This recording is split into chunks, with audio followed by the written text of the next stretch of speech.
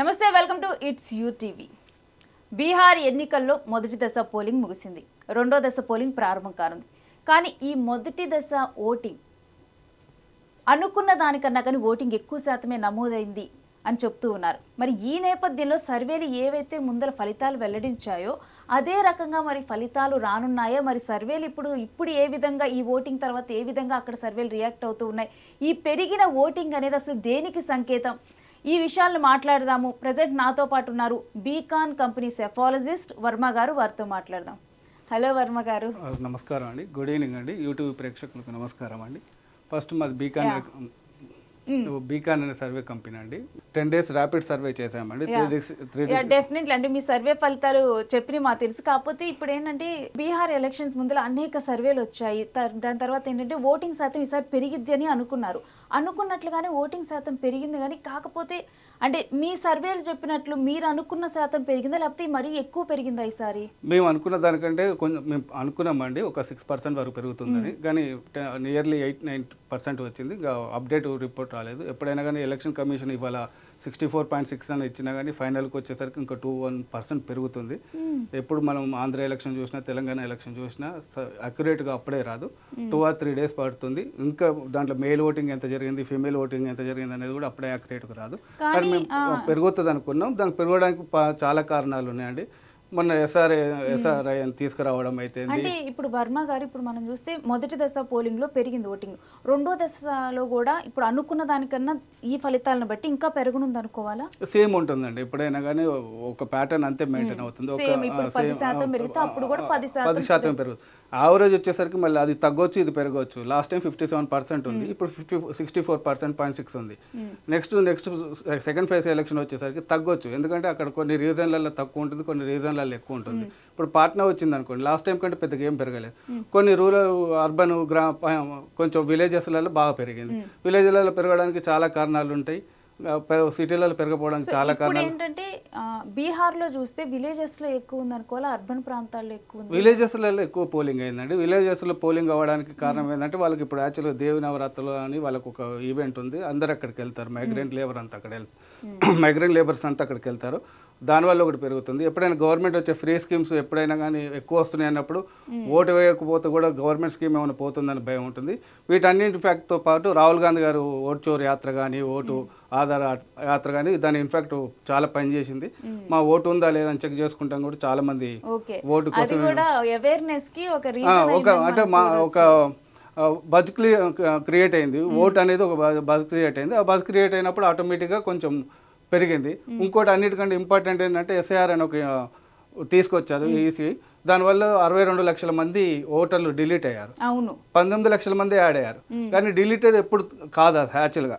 కాకపోవడం వల్ల 62 లక్షల మంది ఓటర్లు పోవడం వల్ల ఉన్న ఎగ్జాక్ట్లీ ఓటర్స్ ఉంటారు కాబట్టి లాస్ట్ టైం 60 లక్షల ఓటింగ్ క్యాల్కులేషన్ చేసి టర్న్అవుట్ చూసుకుంటే ఎప్పుడైనా తక్కువ ఉంటుంది. ఈసారి 60 లక్షలు తీసేసి టర్న్అవుట్ క్యాల్కులేషన్ అవుతుంది కాబట్టి ఎక్కువ అవుతుంది. యాక్చువల్గా యావరేజ్ అయితే 10 సంవత్సరాలలో అంటే 2005 నుంచి ఈ టైంకి 90 lakhs యాడ్ అవ్వాలి.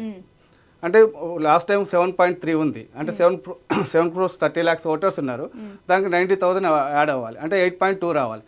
కానీ తగ్గి డిలీటెడ్ వల్ల 7.5 ఉన్నారు ఇప్పుడు కూడా ఓటర్స్. సో ఆ క్యాలిక్యులేషన్ చేసుకుంటే ఎర్రర్ డిలీట్స్ అవన్నీ చేసుకుంటే ఓటర్ టర్న్అవుట్ ఆటోమేటిక్గా పెరుగుతుంది అనుకున్నాం. అయితే వర్మ గారు, ఇప్పుడు పెరిగిన ఓటింగ్ అనేది కూడా బీహార్లో దేనికి సంకేతం? పెరిగిన ఓటింగ్ చాలా రకాలు ఉంటుంది అండి. యాంటీ ఇన్కంబెన్సీ ఉంటుంది, ప్రో ఇన్కంబెన్సీ ఉంటుంది, బెనిఫిషియర్స్ కోసం ఉంటుంది, లేకుంటే అవేర్నెస్ వల్ల ఉంటుంది, పార్టీల కాంపిటీషను టఫ్ కాంటెస్ట్ ఉంటే ఎక్కువ ఉంటుంది, పోల్ మేనేజ్మెంట్ వల్ల ఉంటుంది. ఇంతకుముందు బీహార్లో ఇంత పోల్ మేనేజ్మెంట్ ఉండదు, ఇప్పుడు పోల్ మేనేజ్మెంట్ కానీ.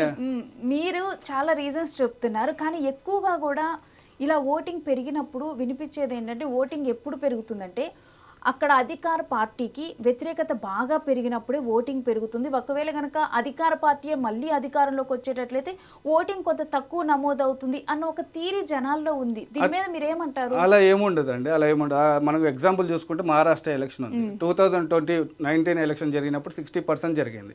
2024 ఎలక్షన్ వచ్చేసరికి 7% వచ్చింది. 7% రావడానికి ఏంటంటే ఉమెన్ ఓటింగ్ టర్న్అవుట్, వాళ్ళకి అప్పుడు ఇచ్చిన స్కీమ్ 10,000 స్కీమ్ అక్కడ వాళ్ళకి అప్పటి నుంచి ఇంప్లిమెంట్ అవ్వడం.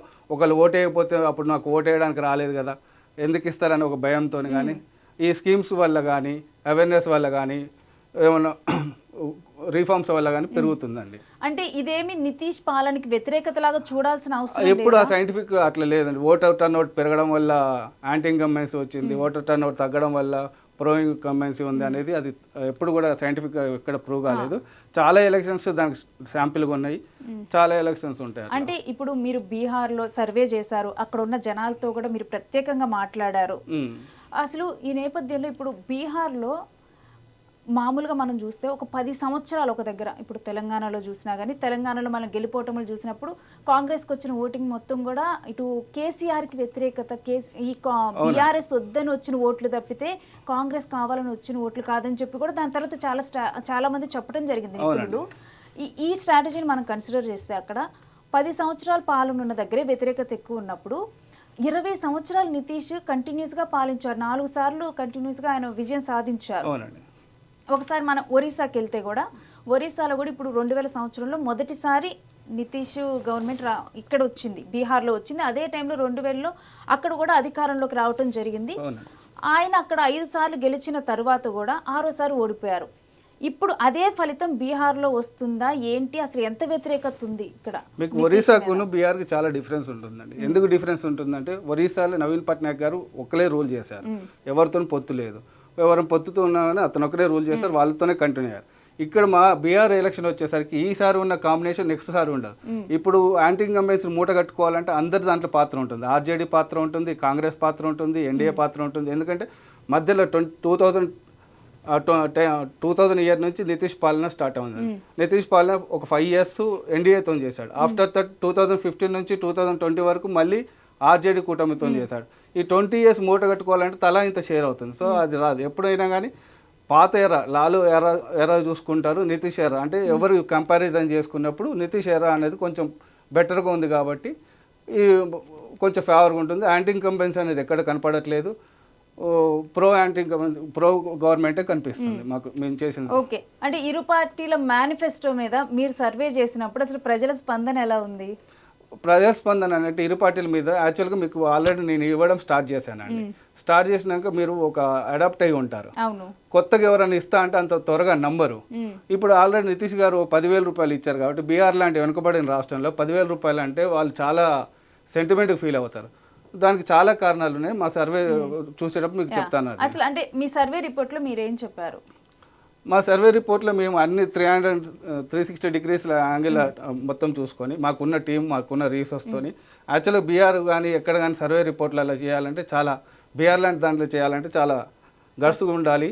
ఎందుకంటే చాలా సక్సెస్ రేట్ తక్కువ ఉంటుంది సర్వే రేటు. అక్కడ ఇండియా మొత్తంలో సర్వేలలో సక్సెస్ రేటు 70% ఉంటే బీహార్ లాంటి దాంట్లో సక్సెస్ రేట్ 36% ఉంటుంది. అదేంటి వర్మ గారు, ఇప్పుడు బీహార్లో చూస్తే ఎక్కువగా కూడా కులమతాలే ఎక్కువ పాత్ర పోషిస్తాయి బీహార్ ఎన్నికల్లో అంటారు. అలాంటప్పుడు అప్పుడు కులం మతం వైజ్ గా చూసుకుంటే ఇక్కడ ఎప్పుడు వాళ్ళు సాంప్రదాయ ఓటర్స్ గా ఉండే అవకాశమే ఉంటుంది కదా? అలా ఉండదండి. ఇప్పుడు యాక్చువల్గా అక్కడ ఎలా ఉంటుందంటే మీరు అన్నది రైట్, 243 అసెంబ్లీలు ఉన్నాయి బీహార్లో. ఒక అసెంబ్లీ సుమారు 104 అసెంబ్లీలో ఒకటే కులం గత 20 సంవత్సరాల నుంచి ఉంటుంది. 114 అసెంబ్లీలలో రెండే కులాలు ప్రాతినిధ్యం వహిస్తుంది. 243 మొత్తం అసెంబ్లీలల్లో 214 అసెంబ్లీలల్లో అదే కులాలు రూల్ చేస్తున్నాయి. మీరు అనేది బీహార్లో కులం ఎక్కువ ఉంటుంది. దాని ఇంపాక్ట్ ఎట్లా ఉంటుంది అనేది ఇప్పుడు వచ్చే ఎలక్షన్ల బట్టి మనం మాట్లాడుకునే దాన్ని బట్టి ఉంటుంది. అంటే ఇప్పుడు చెప్పిన దానికి కూడా ఇప్పుడు జెన్జీ యువత ముఖ్యంగా కూడా మారారు. మేనిఫెస్టోలు కూడా అందుకని యువతకే ఎక్కువ ప్రాధాన్యత ఇస్తూ వచ్చాయి. ఈసారి అంటే సాంప్రదాయ పరంగా కాకుండా ఇప్పుడు కుల మతాలు కాకుండా వాళ్ళకి ఎవరైతే అక్కడ ఉద్యోగాలకు కానీ భద్రత ఇస్తున్నారో, ఉద్యోగాల అవకాశాలు కల్పిస్తామంటున్నారో వాళ్ళ వైపే మొగ్గు చూపే విధంగా ఇప్పుడు యువత ఈసారి ఓటు వేయనున్నారు అంటున్నారు. మీరు అన్నది కరెక్టేనండి. యాక్చువల్గా బీహార్లో యువత ఎక్కువ, 22% మంది యువత ఉంటారు బీహార్లో. యంగర్స్ ఓటర్స్ ఎక్కువ కానీ పోలింగ్ ఓటర్స్ తక్కువ. అంటే మీకు అర్థమై ఉంటుంది, 22% యంగర్ ఓటర్స్ ఉన్నారు కానీ వాళ్ళు పోలింగ్కి రారు. 22% ఉన్న యంగర్ ఓటర్లలో 11% కూడా పోలింగ్కి రావట్లేదు. వాళ్ళు ఎందుకు రావట్లేదు అంటే వాళ్ళు మైగ్రేట్స్ అయి ఉన్నారు. ఉన్న దాంట్లో కూడా కమ్యూనల్ ఫీలింగ్తో మళ్ళీ డివైడ్ అయిపోతారు. లోకల్ ఫీలింగ్స్తో వాళ్ళు డివైడ్ అవుతారు. సో ఎప్పుడైనా కానీ యంగర్ ఓటర్ మీద డిపెండ్ అయ్యి అంటున్నారు, కానీ వచ్చే సర్వేలలో మేము చేసిన గ్రౌండ్ సర్వేలలో ఎక్కడ కూడా యంగర్ ఓటర్తోని ఇన్ఫ్యాక్ట్ అంతగానో ఉంటుంది 3 or 4% ఇన్ఫ్యాక్ట్ ఉంటుంది. కానీ లోపలికి పోయేసరికి ఉన్న ఫీలింగ్ మొత్తం చూసుకునేసరికి అక్కడ పోయేసరికి చాలా emotional, communal emotional, caste emotional, చాలా దాంతో ఇన్ఫాక్ట్ అయ్యి ఎటో సైడ్ వాళ్ళు ఒక లాస్ట్ మినిట్ కి క్యాలిక్యులేషన్ మారుతుంది. అంటే మీరు సర్వే చేసినప్పుడు ఇప్పుడు డిఫరెంట్ ఏజ్ గ్రూప్ వాళ్ళతో కూడా మీరు సర్వే చేశారు, వీళ్ళందరూ ఒపీనియన్ మీరు తీసుకున్నారు. అసలు డిఫరెంట్ ఏజ్ గ్రూప్స్ లో కానీ వీళ్ళందరిలో మీరు సర్వే చేసినప్పుడు వచ్చిన అభిప్రాయాలు కానీ ఎవరు ఎంత శాతం ఓటింగ్ అని ఏంటి డిఫరెంట్ అభిప్రాయాలు వచ్చేసరికి ఏంటంటే మేము ఒక సర్వే తీసుకున్నప్పుడు 80 to 32 years అనేది ఒక యంగర్ ఓటర్ కింద క్యాలిక్యులేషన్ చేసుకున్నాం. వీళ్ళు ఎక్కువ ఉన్నారు మన సర్వేలలో ఓటర్లలో ఎక్కువ ఉన్నారు, సర్వేలలో ఎక్కువ ఉండడు కాదు, ఓటర్స్లలో ఎక్కువ ఉన్నారు. వీళ్ళు ఓటర్స్లలో ఎక్కువ ఉన్నారు కానీ వీళ్ళు మైగ్రేట్ అవ్వడం వల్ల వివిధ రాష్ట్రాలకు వెళ్ళిపోవడం వల్ల ఓటింగ్ తక్కువ వస్తున్నారు, 11% వస్తున్నారు. ఇంకా ఏవో 30 years 32 years క్యాలిక్యులేషన్ చేసిన కాంచెలి వాళ్ళు గత పాలని ఇప్పుడు పాలని కంపారిజన్ చేసుకుంటున్నారు. కంపారిజన్ చేసుకున్నప్పుడు ఏంటంటే వాళ్ళకి ఇప్పుడు కొంచెం డెవలప్మెంట్ అవ్వడం, మేము 2020 వెళ్ళినప్పుడు అప్పుడు అసెంబ్లీకి వెళ్ళినప్పుడు చాలా వ్యతిరేకత కనిపించేది. ఎందుకంటే అప్పుడు కరోనా వచ్చింది, ఇక్కడ ఉన్న మైగ్రెంట్ లేబర్ అక్కడ పోవడానికి చాలా ఇబ్బంది పడ్డారు, అన్ని రకాల అప్పుడు పాట్నా ఫ్లడ్స్ కూడా వచ్చినాయి. కానీ ఇప్పుడు మాకు అది కనపడలేదు. మేము తిరిగిన బీహార్లో తిరిగిన 19 రోజులలో మాకు ఎంటైర్ ఎపిసోడ్ ఎక్కడ కనపడలేదు. అంటే ఇప్పుడు నితీష్ పాలనలో కనుక చూస్తే మహిళలు అక్కడ అంటే ఒక సేఫ్టీ, ఒక భద్రతా భావం మహిళలకు వచ్చింది అనేది మాత్రం చెప్తూ ఉన్నారు. కాకపోతే ఓకే మీరు అన్నారు వాళ్ళు మైగ్రెంట్కి వెళ్ళటానికి కానీ ఇబ్బంది లేదని. ఇప్పుడు అంటే అక్కడ లేడీస్ ఏమో ఇళ్లలోనే ఉంటే వాళ్ళ ఇంట్లో ఉన్న పురుషులేమో ఇప్పుడు తెలంగాణకు కానీ మన చుట్టుపక్కల స్టేట్స్లో చూస్తే బీహార్ వాళ్ళే ఎక్కువగా కూడా హోటల్లో వీటిలో పనిచేస్తూ కుటుంబాలకు దూరంగా ఉంటున్నారు. వాళ్ళ కుటుంబీకులు కూడా వాళ్ళ దగ్గరే ఉండాలని చెప్పి ఈసారి అక్కడే ఉద్యోగం కల్పించే వాళ్ళ కోసమే వాళ్ళు చూస్తున్నారని అభిప్రాయం వ్యక్తమైనట్లుగా చాలా మంది కూడా చెప్పారు నిపుణులు. అవునండి, మీరు అన్న ప్రకారం దాన్ని టార్గెట్ చేసుకొని ప్రశాంత్ కిషోర్ గారు జేఎస్పీ అని పార్టీ పెట్టారండి. ఆ పార్టీ పెట్టి దాని మీద ఎక్కువ కాన్సన్ట్రేషన్ చేశారు కానీ దానికి కావాల్సిన ఏం చేస్తామని చెప్పలేదు. వాళ్ళు ఏమైనా ఓటింగ్ కోసం ఓటర్ కన్వర్ట్ చేసుకోవడం కోసం ఎక్కువ కాన్సన్ట్రేషన్ చేశారు. కానీ సపోజ్ జనస్వరాజ్ అనే పార్టీ కనుక అధికారంలో వస్తే మైగ్రెంట్ లేబర్ వెళ్లకుండా ఏం చేసుకోవాలి, ఎలా ఉండాలి, ఏ స్కీముల మీద కానీ దేని మీద కానీ వాళ్ళు ఎప్పుడు నేషనలైజ్ ఇష్యూస్ మీద పోరాడాలి, కానీ గ్రౌండ్ రిపోర్ట్లో ఎప్పుడు పోరాడలేదు. ఇంకా నితీష్ గారికి వచ్చేసరికి ఎడ్జెస్ ఏమున్నాయి అంటే ఉమెన్ ఓటింగ్ ఉంటుందండి. సపోజ్ మీరే ఉన్నారు, నితీష్ గారు 2000 సంవత్సరంలో గవర్నమెంట్ స్టార్ట్ చేశారండి. స్టార్ట్ చేసినప్పుడు మీకు సైకిల్ ఇచ్చారు. ఇప్పుడు వాళ్ళు అడల్ట్స్ అయ్యారు, అంటే 20 సంవత్సరాలు. వాళ్ళకి అప్పటి నుంచి చిన్నప్పుడు మనకి ఎవరైనా స్వీట్ ఏదైనా ఇస్తే గుర్తుంటారు కదా, ఆ ఎమోషనల్ బాండింగ్ అడాప్ట్ అయ్యారు వాళ్ళు. ఇప్పుడు నితీష్ గారికి అక్కడ ఉన్న ఓటర్స్ తో ఎమోషనల్ బాండింగ్ అది అంకుల్ అని కానీ బాబాయ్ అని కానీ అట్లా పిలుస్తారు. ఆయన ఇంకోటి ఏంటంటే పోలీస్ డిపార్ట్మెంట్లో 28% ఉమెన్ రిజర్వేషన్ కల్పించారు. ఇంకా లోకల్ బాడీ వాటిలలో అవుతుంది ఎక్కడైతే ఇప్పుడు పెట్టిన. ఇప్పుడు మీరన్న యాంగిల్లోనే ఇప్పుడు నితీష్కి అక్కడ ఉన్నటువంటి వాళ్ళతో ఎమోషనల్ బాండింగ్ ఉందనుకోండి, ఈసారి అసలు నితీష్ సీఎం అభ్యర్థి అని కూడా చెప్పలేదు కదా. నితీష్ సీఎం అభ్యర్థి అని మొదట్లో చెప్పలేదండి. దానికి చాలా కారణాలు ఉన్నాయి. నితీష్కు ఉన్న ఫేవర్లలో అదేనండి, కుటుంబ పాలన లేదు, అవినీతి లేదు. చుట్టూ ఉన్న ప్రశాంత్ కిషోర్ గారు అన్న ప్రకారం చుట్టూ ఉన్న మంత్రివర్గంలో కానీ కాగ్ని రిపోర్ట్లలో కానీ ఎక్కడ కానీ వచ్చిన అవినీతి కానీ ఎక్కడైనా కానీ నితీష్ గారికి మచ్చలేకపోవడం ఒకటి చాలా బెనిఫిట్ అయిందండి. ఇవాళ ఎన్డీఏ చెప్పుకోవడానికి ఫస్ట్ కారణం ఏంటంటే బాగా ఏజ్ ఫ్యాక్టర్, దాన్ని టార్గెట్ చేస్తారేమో అనేది ఒకటండి. ఇంకోటి ఏంటంటే ఎలక్షన్ 2 యాంగిల్స్ నడుస్తాయండి. అంటే ఇద్దరి మధ్యలో సెంట్రిక్ ఎలక్షన్ అవుతే ఒక రిజల్ట్ వస్తుంది. సపోజ్ ఎగ్జాంపుల్ నితీష్ గారికును తేజస్వి గారికి కనుక ఎలక్షన్ పెడితే, నేరేటివ్ పెడితే ఎక్కువ శాతం యువత తేజస్విని కోరుకుంటారు. అది రాకుండా ఏం చేశారంటే రాహుల్ వర్సెస్ మోడీ అని పెడితే రాహుల్కును మోడీకి చాలా గ్యాప్ ఉంటుంది. ఆ ఎలక్షన్ అట్లా నేరేటివ్ కావద్దు అనేసి తను అనౌన్స్ చేయకపోవడానికి, ఇప్పుడు తను సీఎం అని అనౌన్స్ చేసిన కానీ తనలో మైనస్లు కానీ ఏజ్ ఫ్యాక్టర్ కానీ అందులో జనస్వరాజ్ పార్టీ బాగా టార్గెట్ చేసి నితీష్ని నేను సీఎం చేయరని కానీ ఇవన్నీ టార్గెట్ చేయడం వల్ల ఏదైనా ఇంపాక్ట్ అవుతుందేమో అనేసి అనౌన్స్ చేయకపోవడానికి కారణాలు. అంటే డైరెక్ట్గా అనౌన్స్ చేయనప్పటికీ కూడా ప్రచారంలో అమిత్ షా అక్కడికి వచ్చినప్పుడు ఇప్పుడు డిప్యూటీ సీఎంగా ఉన్నారు ఎవరైతే ఉన్నారో నెక్స్ట్ వాళ్ళే ఒక పెద్ద పీఠాన్ని కూడా ఎక్కబోతున్నారు అన్నట్లుగా కూడా మోడీ ఈ మేరకు కూడా హామీ ఇచ్చినట్లుగా కూడా చెప్పారు. అంటే డిప్యూటీ సీఎంఏ నెక్స్ట్ సీఎం అవ్వబోతున్నారు అని కూడా జనాల్లోకి వెళ్ళింది. అవునండి, అది చెప్పడానికి కూడా గల కారణం ఏంటంటే బీజేపీ ఇప్పుడు నేను 30 సంవత్సరాల నుంచి ఒక కార్యకర్త కష్టపడుతున్నాడు అనుకోండి, ఏదో ఒక రోజు మావాడు అధికారంలో ఉండాలని చూసుకుంటారు కదా. అది ఒకవేళ అధికారం కార్యకర్త మనోధైర్యం కోసం చెప్పు ఉండొచ్చు, చెప్పకపోవడం వల్ల చాలా నష్టాలు ఉండని చెప్పొచ్చు. అంటే అదొక స్ట్రాటజీ తప్పితే ఆయన సీఎం అవుతారని గ్యారంటీ కాదంటారు. సీఎం తప్పకుండా అవ్వాల్సిందండి, ఎందుకంటే నితీష్ గారి అవసరం మోడీ గారికి ఎంత ఉందో మోడీ గారి అవసరం కూడా నితీష్ గారికి అంతే ఉంది. ఇప్పుడు ఇప్పుడు స్మాల్ మెజార్టీతో వీళ్ళు ఇప్పుడు రూల్ చేయడం అంటే చాలా ఇబ్బంది పడాల్సి వస్తుంది, ఎవరు చేయరు. ఇంకా నితీష్ గారికి కూడా ఎప్పుడు ఒక ఆప్షన్ ఉంటుంది, ఎందుకంటే బీహార్లో ఏ కూటమి కూడా ఫుల్ మెజార్టీ రాదు. ఒక పార్టీకి ఎప్పుడు ఇంతవరకు 25 సంవత్సరాల నుంచి ఎప్పుడు కూడా ఒక పార్టీకి రాలేదు. ఇంకా మీకు ఒక చిన్న ఎగ్జాంపుల్ చెప్తానండి. 2015లో బీహార్లో ఉన్న మేజర్ పార్టీలు కాంగ్రెస్, ఆర్జేడీ, జేడీయూ 3 పార్టీలు కలిసి ఒంటరికి పోటీ చేశాయి. అంతా ఒంటరికి పోటీ చేసినప్పుడు రాష్ట్రంలో ఎక్కడ ఇంకో పార్టీ కనపడకూడదు. ఆ సిచ్యువేషన్లో కూడా 170 స్థానాలే వచ్చినాయి.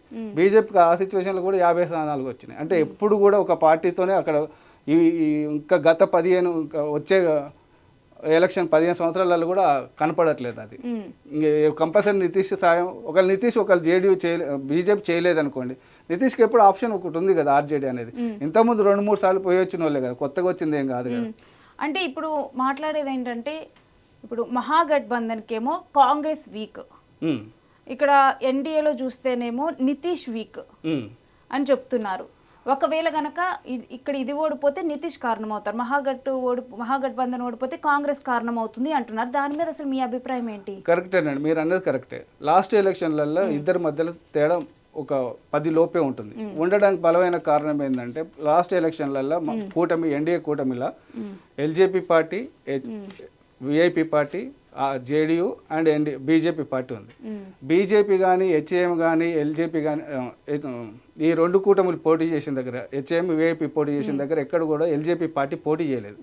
పోటీ చేయకపోవడం వల్ల 141 స్థానాలలో జేడీయూ నిలబడ్డ ప్రతి స్థానాల్లో ఎల్జేపీ పార్టీ నిలబడ్డది. 3000 లోపు ఓట్లతోని 39 స్థానాలు పోగొట్టుకున్నారు. 3000 ఓట్లతోని మొత్తం ఎల్జేపీ కారణం వల్ల 51 స్థానాలు పోగొట్టుకున్నారు జేడీయూ వాళ్ళు. ఈసారి ఎల్జేపీ దీంట్లో కలిసింది. అది ఎంత మైగ్రేట్ అవుతుందో కలవడం వల్ల, ఇద్దరు పైన వాళ్ళు కలవడం వల్ల కింద అవుతుంది అనేది కాదు, ఎంతో కొంత ఇన్ఫాక్ట్ అవుతుంది. ఈసారి అందరి స్ట్రైక్ రేట్లలో జేడీయూ స్ట్రైక్ రేటు మంచిగానే ఉంటుందని మా అంచనా. ఎక్కువ ఉండే స్ట్రైక్ రేటు ఇప్పటికి కూడా ఆర్జేడీ స్ట్రైక్ రేట్ ఎక్కువ ఉంటుంది, తర్వాత బీజేపీ స్ట్రైక్ రేట్ ఎక్కువ ఉంటుంది. ఈయాటి మా అంచనా ప్రకారం జేడీయూ స్ట్రైక్ రేట్ కూడా 60% ఉంటుందని. ఇంక ఇప్పుడు ఇటు సైడ్ కూటమిలలో అటు సైడ్ కూటమిలలో స్ట్రైక్ రేట్ తక్కువ ఉండి ఏదైనా ఇబ్బంది పడాల్సి వస్తుందంటే, ఈసారి మొన్న ఎంపీ ఎలక్షన్లో ఎల్జేపీ పార్టీ 100% స్ట్రైక్ రేట్ వచ్చింది. 5 ఎంపీలు ఇస్తే 5 ఎంపీలకు స్ట్రైక్ రేట్ ఇచ్చింది. కానీ ఇప్పుడు 29 స్థానాలు ఇస్తే మేము చేసిన సర్వేలలో వాళ్ళకు ఎంత అనుకున్నా కానీ 7 స్థానాలు దాటట్లేదు వాళ్ళకు. అటు కాంగ్రెస్ 60 ఇచ్చారు, మేము చేసిన సర్వేలలో 20 లోపే ఉంటారు వాళ్ళు. ఇదండి మా లిస్ట్ అంతే. సో ఈసారి ఆ పరిస్థితి రాదని మేము అనుకుంటాం. లాస్ట్ టైం వచ్చిన బోటాబోటీ రాదని మేము అనుకుంటాం. ఓకే, ఈసారి లాస్ట్ టైం ఫలితాలు అయితే రావండి, బోటాబోటీ ఫలితాలు అయితే. ఈ టర్న్అవుట్కి అయితే బోటాబోటీ ఫలితాలు రావండి. లాస్ట్ టైం 12,000 ఓట్లతోని 2 పార్టీల మధ్యలో తేడా 37%, 37%. 3 సీట్లే 37% ఉంది. ఓటు క్యాల్కులేషన్ వేస్తే 12%కి వచ్చి 12,000 ఓట్లతోనే గవర్నమెంట్ చేంజ్ అయింది. కానీ ఈసారి అలా ఉండదండి. ఎటు ఫలితం వచ్చినా కానీ వన్ సైడ్ ఫలితమే ఉంటుంది. అటు మార్పునే కోరుకుంటారు, లేదంటేనూ పూర్తిగా.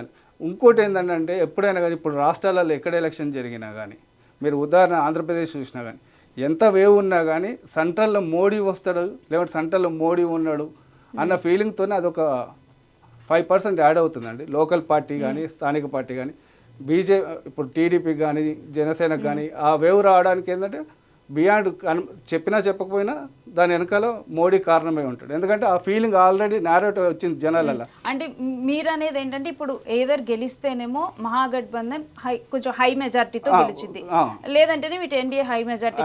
ఎవరు గెలిచినా 3/3 అంటే 150 క్రాస్ అవుతారండి. ఎవరు గెలిచినా 150 క్రాస్ అవుతారు. మా అనాలిసిస్ ప్రకారం 162 అనుకుంటున్నాం. బట్ ఎంత voting percentage, younger voting, Janasena JSP party ఇవన్నీ చీల్చినా కానీ 140 ఆ రేషియో అనుకుంటున్నాం. మీరు కులాల వారీగా కూడా మీరు సమీకరణాలు ఆల్రెడీ టెస్ట్ చేశారు. కంపల్సరీ కులాల వారి లేదు అని అంటే బీహార్ ఎలక్షన్ ఉండదండి. ఎందుకనంటే మీకు చెప్తానండి ఒక చిన్న ఎగ్జాంపుల్. 2 సీట్లు ఉంటాయండి. హెచ్ఎం పార్టీ అనేది 2 సీట్లు 3 సీట్లు గెలుస్తుంది. గయాన జిల్లా కోసం వాళ్ళకు ఒక 6 సీట్లు ఇస్తారండి. విఐపి పార్టీ ఉంటుంది. విఐపి పార్టీకి 2% ఓటింగ్. ఆ 2% ఓటింగ్ కోసం ఎలక్షన్ కాకముందే డిప్యూటీ సీఎం అని అనౌన్స్, మల్లా కమ్యూనిటీ కోసం డిప్యూటీ సీఎం అనౌన్స్ చేశారు. కంపల్సరీ అక్కడ 2% ఓటుకు కూడా చాలా ఇంపార్టెంట్. ఎందుకంటే చాలా నేరో ఉంటుంది. అక్కడ ఎస్సీ ఉన్నారనుకోండి, ఎస్సీలలో మళ్ళీ పాస్వాన్స్ ఉంటారు, రవిదాసులు ఉంటారు. పాస్వాన్ ఉన్న దగ్గర పాస్వాన్లు ఇటు ఉంటే రవిదాసులు అటు ఉంటారు, రవిదాసులు అటు ఉంటే పాస్వాన్లు ఇటు ఉంటారు. అక్కడ కంపల్సరీ కుల రాజకీయం లేకుండా ఎలక్షన్ జరగడం అనేది ఉండదు. కావాలంటే ఎక్కడ మహాగఠబంధన్ ఫెయిల్ అవుతుందంటే మహాగఠబంధన్ ఏమైనా క్యాస్ట్ ఈక్వేషన్తో నడుస్తుంది. దానివల్ల మేము చేసిన సర్వేలలో క్యాస్ట్ ఈక్వేషన్తో చాలా కష్టం. అంటే ఇప్పుడు మహాగఠబంధన్ ఆ బేసిస్ మీద ఇప్పుడు డిప్యూటీ సీఎం క్యాండిడేట్ ముఖేష్ సాహ్వాని కూడా అనౌన్స్ చేసింది. దానివల్ల ఒక 25 స్థానాల్లో కూడా వాళ్ళకి గట్టిగా కూడా ఓట్లు వస్తాయని నమ్మింది. ప్రభావం ఉంటుంది. 1% కూడా కావాలంటే మహాగఠబంధన్ను ఎన్డీఏ చేసే పోలరైజేషన్ ఏంటంటే మహాగఠబంధన్ క్యాస్ట్ ఈక్వేషన్తో చేస్తుంది, ఎన్డీఏ అడ్వాన్స్గా కమ్యూనల్ ఫీలింగ్తో చేస్తుంది. కమ్యూనల్ ఫీలింగ్ వచ్చేసరికి మొత్తం అందరికీ ఉంటుంది. క్యాస్ట్ ఈక్వేషన్ వచ్చేసరికి ఎంవై సిద్ధాంతం, ముస్లిం అండ్ యాదవ్ సిద్ధాంతంతోనే నడుస్తుంది. సో ఇక gender wise election rule data అసలు ఏం చెప్పింది మీ సర్వేలో? జెండర్ వైజ్ ఉమెన్ ఓటింగ్ వచ్చేసరికి ఉమెన్ ఓటింగ్ కనుక మెన్ ఓటింగ్ కంటే 5% ఉందనుకోండి, గ్రాసివ్గా ఎన్డీఏకి ఫేవర్గా ఉంటుంది. 50 ఇద్దరికి కనుక సమానంగా ఉంటుంది. గత ఎలక్షన్ ఇక్కడ బీహార్లో మీరు నమ్మరండి, ఒక 25 సంవత్సరాల కిందట ఉమెన్ ఓటింగ్ 23%. 23% ఉమెన్ ఓటింగ్ ఉండేది. అంటే పోలింగ్ బూత్కి వచ్చి ఓట్ వేయాలంటే 23% ఓటు వేసేవాళ్ళు ఉమెన్. ఇవాళ వచ్చేసరికి మెన్ ఓటింగ్ అంటే ఉమెన్ ఓటింగ్ ఎక్కువ ఉంటుంది లాస్ట్ 2 ఎలక్షన్ నుంచి. దానికి 2 కారణాలు ఉన్నాయి. అవేర్నెస్ ఒకటి, స్కీమ్స్ ఒకటి. ఇంకోటి ఏంటంటే మెన్ వచ్చేసి మైగ్రేట్ అయి ఉంటుండు, ఉమెన్ వచ్చేసి అక్కడ ఉంటుంది.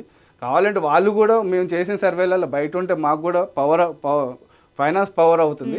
కావాలంటే అక్కడ స్కిల్ నేర్పించుకొని వచ్చి ఇక్కడ మాకు ఏదైనా కంపెనీలు వస్తే ఇక్కడనే మా వాళ్ళు పని చేస్తారు కదా, దానికి ఉన్న గవర్నమెంట్ చేస్తుందని ఒక ఫీలింగ్లో వాళ్ళు ఉన్నారు. అంటే దేశవ్యాప్తంగా ఇది ప్రూవెన్ ఫార్ములా అయిపోయింది వర్మ గారు.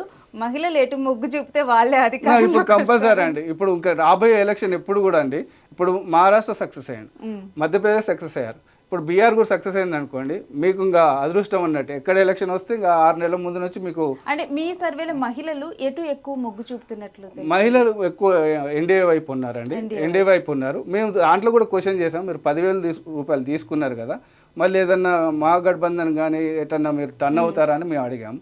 అడిగితే దాంట్లో 5.5% టర్న్ అవుతా అన్నారు. కానీ ఇక్కడ యాక్చువల్గా ఈ మహాగఠబంధన్కు ఎన్డీఏకు ఉన్న ప్రాబ్లం ఏంటంటే, ఉన్న డిఫరెన్స్ ఏంటంటే మహాగఠబంధన్లో ఉన్న యాదవ్ ఓటింగ్ కానీ ముస్లిం ఓటింగ్ కానీ ఈ 10,000 స్కీమ్ వల్ల 22% మహిళా ఓటింగ్ టర్న్ అవుతుంది. ఇక్కడ 5% టర్న్ అవుతుంది. అవుతామని అంటున్నాం. అంటే ఎందుకు అవుతాం అనేది చెప్తున్నారు వాళ్ళు, కానీ అక్కడ 22% టర్న్ అవుట్ అవుతుంది. మీరు ఎప్పుడైనా బీహార్ ఎలక్షన్ చూడండి, ఎప్పుడు చూసినా కానీ 2000లో 124 సీట్స్తోనే అంగ అసెంబ్లీ వచ్చింది. అప్పుడు ఆర్జేడీ ఫామ్ చేసింది. ఏమంటే తర్వాత 136 అండి. ఇక్కడ JDU BJP NDA government form అయింది. ఇక్కడ మళ్ళీ ఇక్కడ నుంచి ఈక్వేషన్ చేంజ్ అయ్యి మళ్ళీ ఇక్కడికి వచ్చేసరికి ఇక్కడ మళ్ళీ ఇక్కడ అండి మీరు చూసుకోండి. ఇప్పుడు దీంట్లో ఇప్పుడు 2025 ఎలక్షన్లో విఐపి లాస్ట్ టైం ఎన్డీఏతో ఉంది, ఇప్పుడు మహాగఠబంధన్ వెళ్ళింది. ఎప్పుడు కూడా ఒక పార్టీ ఇక్కడ స్టేబుల్గా ఉండదండి, ఎప్పుడు షిఫ్ట్ అవుతూనే ఉంటారు. అక్కడ సర్వే చేయడం అన్నా అనలైజ్ చేయడం అన్నా చాలా పిహెచ్డి టీసీ చేసినట్టు ఉంటుందండి. సో ఇంకా ఈసారి 2025లో అంటే మీరు మీ సర్వేలో కూడా మీరు ఎన్డీఏ వైపు ఫలితాలు చూపించారా లేకపోతే ఏంటి మీ సర్వేలో? మా సర్వేలో ఎన్డీఏ వైపు కొంచెం చూపించామండి. ఎన్డీఏ వైపు ఎన్ని సీట్లు ఈసారి? ఇప్పుడు అండి ఇది ఎన్డీఏలో జేడీయూ బీజేపీ ఎల్జేపీ హెచ్ఏఎం ఆర్ఏలో మళ్ళీ ఉన్నాయి. ఇక్కడ మహాగఠబంధన్ వచ్చేసరికి ఆర్జేడీ ఎన్ఐసి సిపిఐ కమ్యూనిస్ట్ పార్టీలలో 3 పార్టీలు ఉంటాయండి. విఐపి పార్టీ లాస్ట్ టైం ఇక్కడ ఉంది, అంటే ఆర్ఎంపీ పార్టీ లాస్ట్ టైం ఇక్కడ ఉంది, జేఎంఎం పార్టీ. దీని ఇంపాక్ట్ కాకుండా ఇప్పుడు దీంట్లో నుంచి మహాగఠబంధన్ లాలూ ప్రసాద్ యాదవ్ పెద్ద కుమారుడు జేజేడీ అని పార్టీ పెట్టారు. అక్కడ ప్రతి ఓటు కౌంట్ అండి, అందరూ ఈ 2 చూస్తారు. ఇక్కడ ఎంఐఎం ఇంపాక్ట్ కూడా ఉంటుంది. వీళ్ళు ఏం చేశారంటే మహాగఠబంధన్లో రెబల్ నిలబడ్డారు. 12 సీట్లలో రెబల్స్ ఉన్నారు, అంటే ఇద్దరు పోటీ చేస్తున్నారు. దానివల్ల కొంచెం కూటమికి ఫేవర్ ఉంది. అంటే నేను ఏదైనా చెప్తే రిపోర్ట్కి అనుసంధానం చేసి చెప్తున్నాను.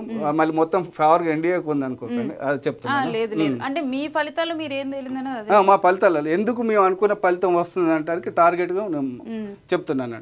ఇక్కడ ఎంఏఎం ఉందండి, సీమాంచల్ అని ఒక ఏరియా ఉంటుంది, ముజాఫర్ నగర్ అని ఒక ఏరియా ఉంటుంది. 61% ఉన్న ఒక అసెంబ్లీలో బీజేపీ గెలిచిందండి. ఎందుకు గల కారణం అంటే ఎంఎం వాళ్ళ కమ్యూనిటీ క్యాండిడేట్ నిలబెట్టింది, ఆర్జేడీ వాళ్ళ కమ్యూనిటీ క్యాండిడేట్ నిలబెట్టింది, అదర్స్ వాళ్ళ కమ్యూనిటీ క్యాండిడేట్, ముగ్గురు పంచుకోగా 31%తోని బీజేపీ గెలిచింది. అంటే ప్రతిదీ అక్కడ ఇట్లా పోయినసారి 9 సీట్లు ఫేవర్గా అయినాయి. అంటే ఇప్పుడు మీరు చెప్పిన దాని ప్రకారం ఇప్పుడు ఎన్డీఏ గెలుస్తుంది అని మీరు అంటున్నారు. సో ఎన్డీఏ గెలిచినా కానీ హైయెస్ట్ మెజారిటీతో ఎక్కువ మెజారిటీ ఎవరు వచ్చినా కానీ 150 క్రాస్ అయ్యి వస్తుంది, కానీ టైట్ హంగ్ అనేది రాదండి ఈసారి. చాలా అంటే ఇప్పుడు బీహార్లో ఉన్నటువంటి అంటే ఈ పాలన క్యాలిక్యులేషన్ మీద కనుక చూసుకుంటే 20 ఏళ్ళు పాలించిన వాళ్ళ మీద వ్యతిరేకత కనుక చూసుకుంటే ఒకవేళ ఉంటే టఫ్ ఫైట్ ఉంటుందేమో, మళ్ళీ అదే ఫలితాలు పునరావృతం అవుతావేమో. లైక్ లాస్ట్ టైం కనుక 3 సీట్లతో గవర్నమెంట్, 3 సీట్ల మెజారిటీతో కూడా ఎన్డీఏ గవర్నమెంట్ ఫామ్ చేసినట్లు అలానే ఉంటుందేమో. బీహార్ గత 20 సంవత్సరాలలో చూసినా ఎప్పుడు కూడా అలానే ఉంటుందండి రిజల్ట్. ఎప్పుడు ఒకసారి 2015లో 3 కూటములు అంటే మేజర్ కూటములు కాంగ్రెస్, బీఆర్, ఆర్జేడీ అండ్ జేడీ 3 కలిసి రావడం వల్ల 170 దాటింది, కానీ ఇప్పటివరకు ఎప్పుడు కూడా 150 క్రాస్ అయిన దాఖలాలు లేదండి. అట్లా దీని ఇంపాక్ట్ కూడా బాగుంది, ఎంఏఎం ఇంపాక్ట్ బాగుంటుంది, జేఎస్పీ ప్రశాంత్ కిషోర్ రోల్ కూడా బాగుంటుందండి, ఇండిపెండెన్స్ కూడా ఉంటుంది. జేఎస్పీ గురించి మనం సెపరేట్ గా డిస్కస్ చేద్దాం. Okay madam. So ideology and ఏ పార్టీకి ఏది వీక్నెస్ ఇవి కూడా మీరు సర్వే చేశారు. హిందుత్వం అనేది బీజేపీ నమ్ముకుంటుందండి, ఆర్ఎస్ఎస్ హిందుత్వాన్ని నమ్ముకుంటుంది. వీక్నెస్ వచ్చేసరికి ఇప్పటికి 20 సంవత్సరాలు అయినా కానీ అధికారం, సీఎం రోల్, ఉద్యోగ కల్పన ఒకటి వీక్నెస్ ఒకటి ఉంటుంది. యాంటీ ఇంకంబెన్సీ మీరు అన్నా కాదన్నా ఎంతో కొంత ఉంటుంది. డెవలప్మెంట్ అనుకున్నంత కాలేదు అనేది ఒకటి ఉంటుంది. జేడీయూతో ఊక అలయన్స్ అయ్యి జేడీ ఊక షిఫ్టింగ్ అవుతూ ఉంటాడు, అది కూడా కోపం ఉంటుంది. ఇప్పటికి మీరు నమ్మరండి, 20 సంవత్సరాలలో నితీష్ కుమార్ గారు 7 సార్లు ముఖ్యమంత్రిగా ప్రమాణ స్వీకారం చేశారు. 7 సార్లు అంటే 4 సార్లు చేయాల్సిన ముఖ్యమంత్రి ప్రమాణ స్వీకారం 7 సార్లు చేశారు. ఇప్పటికి 20 సంవత్సరాల నుంచి నితీష్ కుమార్ గారు ఎమ్మెల్యేగా పోటీ చేయలేదు. ఎమ్మెల్సీగానే కంటిన్యూ ఒకసారి తన జీవితంలో సమతా పార్టీ నుంచి చేశారు. ఇంకా అప్పటి నుంచి ఎప్పుడు తన ఎలక్షన్లలో పార్టిసిపేట్ చేయలేదు. ఇప్పుడు అదే స్ట్రాటజీ అంటే ఇప్పుడు స్వయంగా కూడా డైరెక్ట్గా కూడా ఇప్పుడు ప్రశాంత్ కిషోర్ అక్కడ సీఎం అవ్వబోతున్నారు. స్వయంగా ఇప్పటి వరకు కూడా మోడీని ప్రధానిని నేనే చేశాను, జగన్ని సీఎం నేనే చేశాను అని చెప్పి, అంటే అందరూ గద్దెక్కటానికి నేనే వెనుకుండి స్ట్రాటజీస్ రచించాను అని చెప్పి ప్రశాంత్ కిషోర్ ఇప్పుడు స్వయంగా సీఎం అవ్వబోతున్నారు. అసలు ఎన్ని స్థానాల్లో ఆయన అక్కడ పోటీ చేస్తున్నారు? ప్రశాంత్ కిషోర్ గారు 243 స్థానాలకు అన్ని స్థానాలకు పోటీ చేస్తున్నారండి. క్రికెట్ మ్యాచ్ ఆడడం వేరు, చూసి చెప్పడం వేరండి. నేను ఉండేది ఉంటే కొడతాను, నేను ఉండేది ఉంటే ఆ బాల్ అట్లా కొట్టి ఇట్లా కొట్టి అంటారండి. ఎప్పుడైనా కానీ ప్రశాంత్ కిషోర్ గారు గత 2 నెలల నుంచి సోషల్ మీడియాలో బాగా అయిపోయినారండి. ఇప్పుడు గ్రౌండ్కి వచ్చేసరికి అది ఆ ఇంపాక్ట్ కనపడట్లేదు. ఇంకోటి ఏంటంటే మైగ్రెంట్ లేబర్ని ఎక్కువ టార్గెట్ చేశారు. మైగ్రెంట్ లేబర్ యూత్ని ఎక్కువ టార్గెట్ చేశారు. అది ఎంతవరకు పోలింగ్ దానికి వెళ్తుందని నమ్మకం లేదు. మాకు వచ్చి మేము చేసిన సర్వేలలో 8%కి సీలింగ్ అంటే కట్ ఆఫ్ అవుతాడని అనుకుంటున్నాం ఓట్ పర్సంటేజ్లో. సీట్లలో వచ్చేసరికి మోస్ట్లీ మేము చెప్పకూడదు కానీ ఒక లో సీట్లు సింగిల్ డిజిట్ ఫిగర్లలోనే ఉంటారు. అంటే ఓవరాల్గా ఎలక్షన్ వైజ్గా చూసుకుంటే ఆయన రోల్ ఎంత ఉంటుంది గెలుపోవటంలో కానీ వీటిలో కానీ ప్రభావం చూపటంలో కానీ? ప్రశాంత్ కిషోర్ గారు ఫస్ట్ డ్రాబ్యాక్ ఏంటంటే సోషల్ మీడియాలో చాలా హైప్ ఉంటారండి, విపరీతమైన హైప్ ఉంటారు. ఈ సోషల్ మీడియా హైప్ ఎక్కడి నుంచి క్రియేట్ అయిందంటే మైగ్రెంట్ లేబర్స్ ఎంటర్ ఇండియా మొత్తం స్ప్రెడ్ అయి ఉన్నారు. వాళ్ళు చూసుకుంటూ ఉంటారు, అబ్బా ఏదో అయిపోతుంది బీహార్లో ఏదో అయిపోతుంది అని అనుకుంటారు. కానీ మేము సర్వే చేసినప్పుడు మాకున్న లాజిస్టిక్ డ్రైవర్ ఉండేసి ఏం ప్రశాంత్ కిషోర్ గారి రోల్ ఏందని అడిగామని. అడిగితే మా తాతకు స్మార్ట్ ఫోన్ లేదు, మా అమ్మకు స్మార్ట్ ఫోన్ లేదు, అసలు ప్రశాంత్ కిషోర్ పార్టీ పెట్టిండని వాళ్ళకి తెలియదండి అన్నారు. ఎవరో కూడా తెలియదు అన్నారు. అయితే ప్రశాంత్ కిషోర్ గారు ఎంతో కొంత మాత్రం ఎన్డీఏకు ఓటు గండి కొడతారు అనేసి చాలా భయంగానే ఉంది, ఇప్పటికి కూడా భయం ఉంది. అది ఏ లెవెల్ వరకు ప్రశాంత్ కిషోర్ గారు కనుక 8% కనుక దాటితే కనుక అది ఎన్డీఏకు చాలా ఇన్ఫాక్ట్ అవుతుంది. 8% వరకు అని అంటే యాంటీ ఇన్కంబెన్సీ ఓటు ఒక 3% పోతుంది. ఎన్డీఏ ఓటు అప్పర్ కమ్యూనిటీ చెందినవాడు కాబట్టి కొంచెం అప్పర్ కమ్యూనిటీ కూడా పోతుంది. కాబట్టి అప్పర్ కమ్యూనిటీ అయినా ఏ కమ్యూనిటీ అయినా ఇండియన్ సైకాలజీ ఒకటే ఉంటుందండి. తను వేసిన ఓటు మురిగిపోకూడదు అనుకుంటాడు. ఇప్పుడు మీరు ఎప్పుడైనా కానీ నోటాకు వేయచ్చు, లేకుంటే మంచోడు ఉన్నా కానీ వేయరు.